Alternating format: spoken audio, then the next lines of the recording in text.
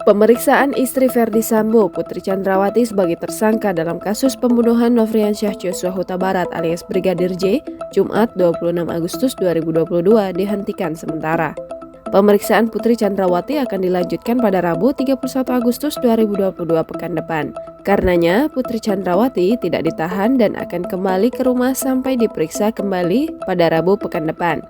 Hal tersebut disampaikan oleh Kadif Humas Mabes Polri Irjen Pol Dedi Prasetyo kepada wartawan pada Jumat malam. Putri tiba di Bareskrim pada Jumat pukul 10.40. Ia menjalani pemeriksaan sekitar 12 jam lebih sebelum akhirnya pemeriksaan dihentikan sementara dan dilanjutkan Rabu pekan depan.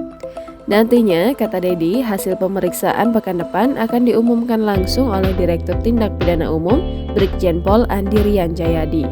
Diketahui sebelum berstatus tersangka, Putri Chandrawati sudah pernah diperiksa sebanyak 3 kali. Meski telah berstatus sebagai tersangka, Putri Chandrawati belum ditahan karena alasan sakit. Putri Chandrawati meminta toleransi waktu 7 hari untuk masa pemulihan.